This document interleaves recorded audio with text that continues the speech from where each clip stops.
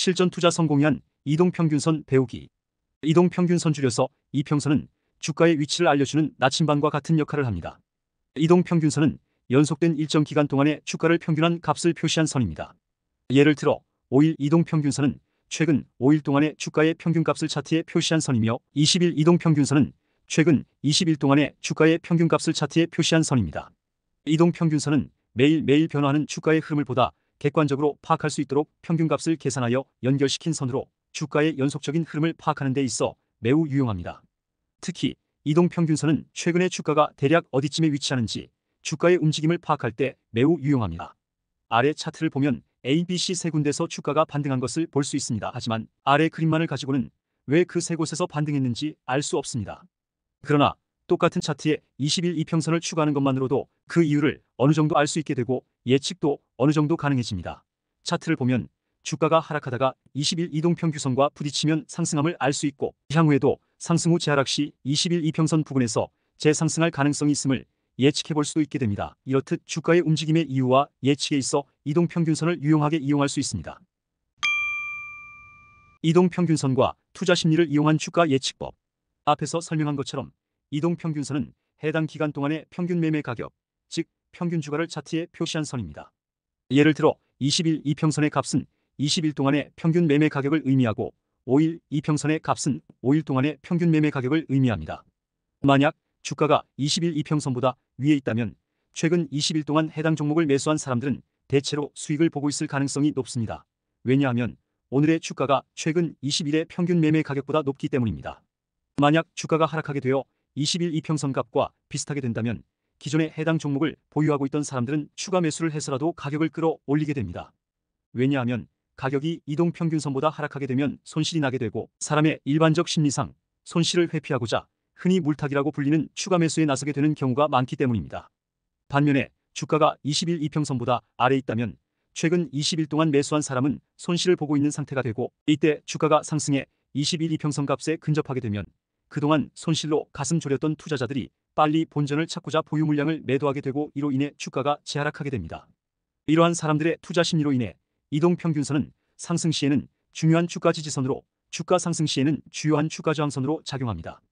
따라서 이동평균선은 상승 추세에 있던 주가가 하락할 때 언제 다시 상승할지, 하락 추세에 있던 주가가 상승할 때 언제 다시 하락할지 예측할 수 있는 좋은 도구가 됩니다.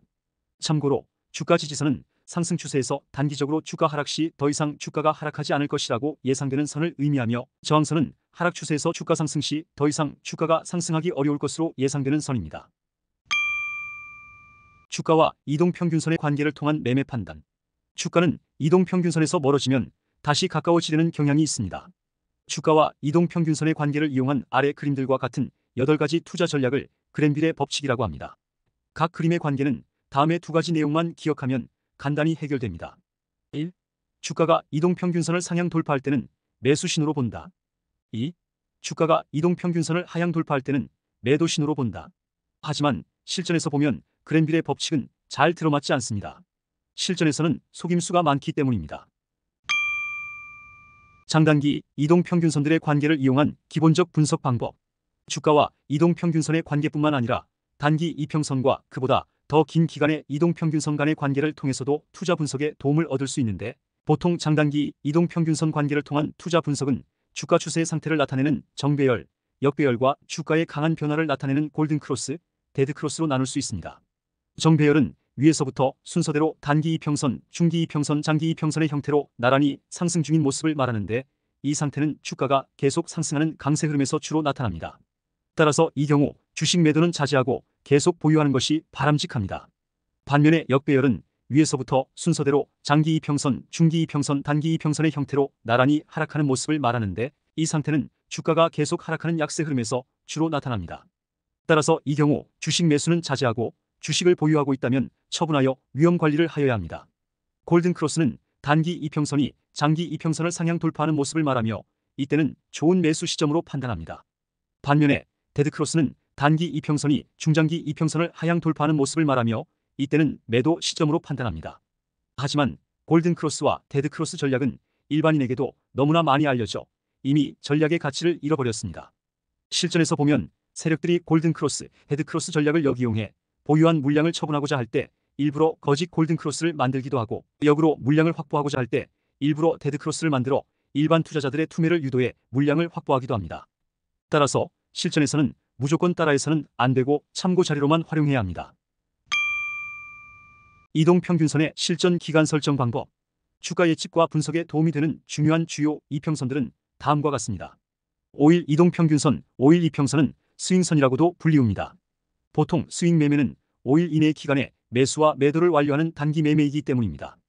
20일 이동평균선, 한 달 동안의 주가 흐름을 나타내는 20일 이평선은 주가의 단기 흐름이 살아있는지 여부를 판단하는 핵심선으로 단기 투자시나 단기 급등주의 매매 성패의 기준이 되는 선으로 단기 생명선이라고도 합니다.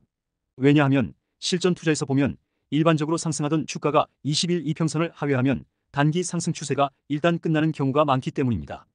60일 이동평균선, 60일 즉 세 달인 분기의 주가 흐름을 나타내는 60일 이평선은 세력이 주가를 관리할 때 이 선을 가장 중시하여 세력선으로 불리며 20일 이평선과 함께 핵심선으로 일반 중단기 투자 시의 매매 기준이 되는 선입니다.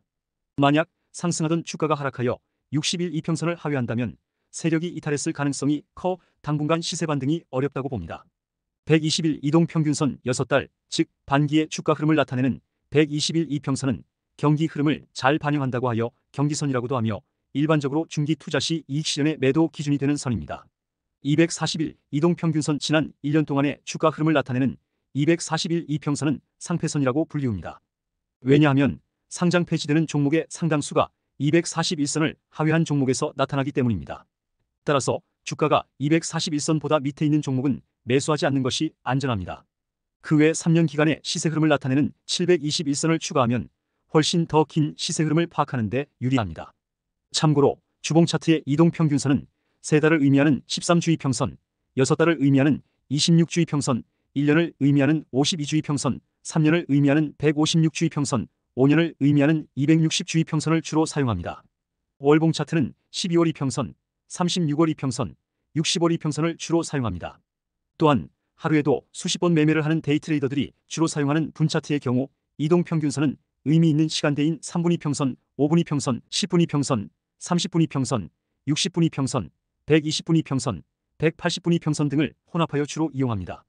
실전 주식 투자에서 이동평균선은 가능한 차트에 많이 띄워놓는 것이 좋습니다. 예를 들어 일봉에서는 앞서 설명한 5일 이평선, 20일 이평선, 60일 이평선, 120일 이평선, 241 이평선 등과 가능하다면 3년의 흐름을 나타내는 721 이평선을 추가하면 좋습니다. 그 이유는 이평선이 많을수록 더 많은 지지선과 저항선을 파악할 수 있고 보다 긴 시세 흐름 분석이 가능하기 때문입니다. 이동평균선만으로 절대 매수해서는 안 되는 종목 알아내는 방법. 주가가 240일 이평선 밑에 있는 종목의 주가 상승폭은 미미한 반면 하락폭은 매우 큰 편입니다. 주가가 240일 이평선 밑에 있는 종목은 최근 1년 동안 주식을 산 사람들 대부분이 손해를 보고 있다는 것을 의미합니다. 따라서 주가가 상승하기만 하면 기존에 손해를 보고 있던 보유자들이 본전을 조금이라도 찾겠다는 생각에 매도 물량을 쏟아내기 때문에 주가가 오르기 쉽지 않습니다. 반면에 주가가 조금이라도 하락하면 추가로 폭락할 것 같은 마음에 함께 매도하는 경향이 커 그 하락폭은 더욱 커지게 됩니다. 즉 1년 동안 해당 종목에 물려 손해를 보고 있는 사람들 때문에 주가가 240일 이평선 밑에 있는 경우 주가 상승 시의 상승폭은 미미한 반면 주가 하락 시 하락폭은 매우 커지게 되므로 매수는 가급적 보류하는 것이 좋습니다. 무엇보다도 주식 투자자들이 가장 무서워하는 상장 폐지되는 종목의 대다수는 주가가 240일 이평선 밑에 있는 종목에서 발생한다는 점이 중요합니다. 참고로 보유하고 있는 주식이 상장 폐지되면 해당 종목의 가치는 영혼이나 마찬가지가 됩니다.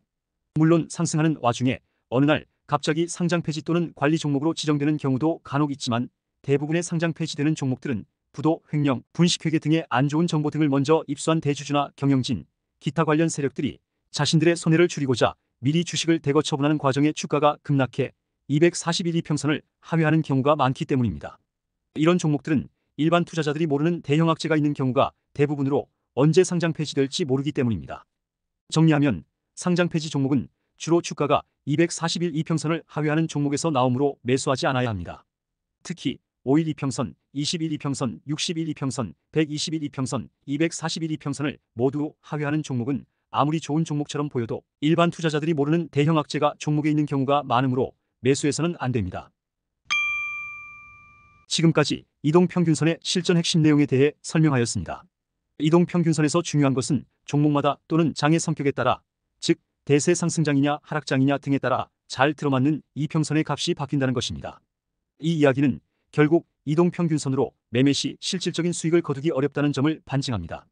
그럼에도 불구하고 이평선은 차트 분석의 수많은 지표 중에서 거래량과 함께 해당 종목의 추세와 위치를 판단하기 위한 가장 핵심적인 도구라는 점입니다. 따라서 이동평균선 단독으로 매매를 하기보다는 다른 방법으로 매매 시 이평선을 추가 분석해 주가의 추세와 가격의 위치를 판단해 매매 시점과 수량을 조절하는 보조적인 도구로 이용한다면 위험 관리는 물론 더 나은 수익을 얻는 데 크게 도움을 얻을 수 있습니다.